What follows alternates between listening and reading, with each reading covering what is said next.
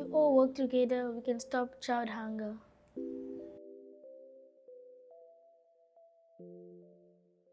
My name is Samantha Williams and I'm the school secretary, but in addition to that I'm also the feeding coordinator. This school in 2004 was 60 years old, right? But that is just since it became a registered public school for the coloured community as such. But prior to that, it was a preparatory school. So the school still is listed as H.J. Kroeneberg Junior Primary. Those years it was called Windermere Preparatory Primary School, and it only serviced then Sub A, Sub B and Standard 1. So the reason we made contact with PSFA was because we saw a need. You cannot teach a hungry child, and our kids needed to be able to eat every day.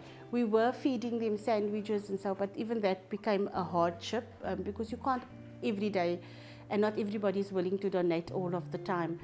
And when they came and spoke with us and told them what they can offer our learners, there wasn't a chance that we couldn't accept it. It was really for the benefit of our learners. So since the start of the program and learners starting to be able to eat every day, academically there's been a spike, quite a spike.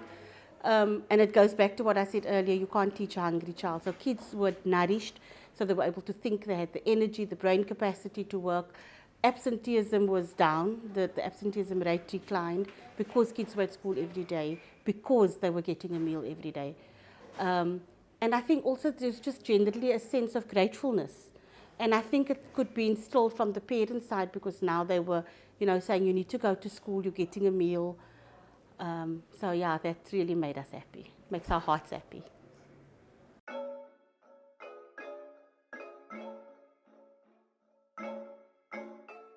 My name is Caleb and I'm in grade 5P. My teacher's name is Ms. Peterson.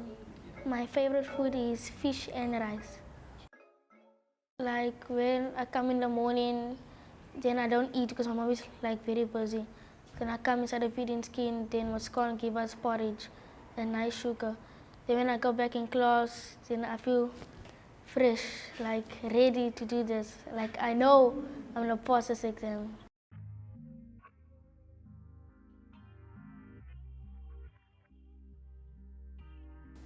My name is Virginie Mokango. I'm working in the feeding scheme. I don't want to see children coming to school with angry. Is that why when they ask me, and I volunteer to come and work for the feeding home.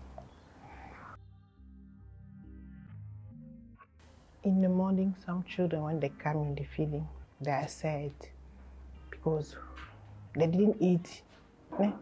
That's why after taking the pap, the more porridge in the morning, you can see the face is just open and the mind also are fine. Because you cannot teach an angry child. Even a big person, even if you're angry, you can see how sometimes you behave, not a child. That's why I say when they eat, you can see, even the mind, they'll be focused with the teacher when the teacher is speaking.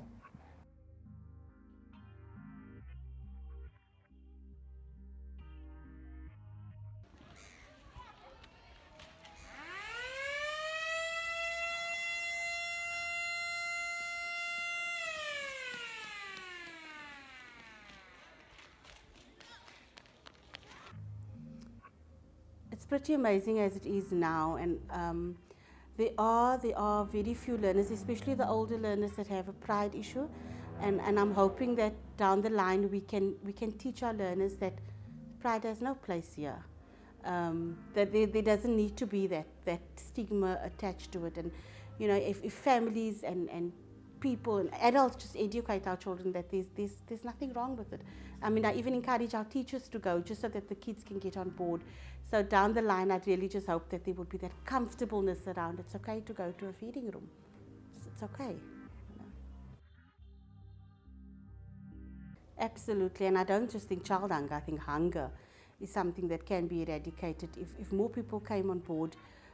like people like Peninsula School Feeding Association, they've seen a need and they're filling a need, and it's making a huge impact on children. But I mean, we can do that with everybody and anybody, and we shouldn't have a hunger problem in our country. We've got so much resources, but I just suppose it's not managed. But yes, it is something that can be eradicated. I definitely believe that.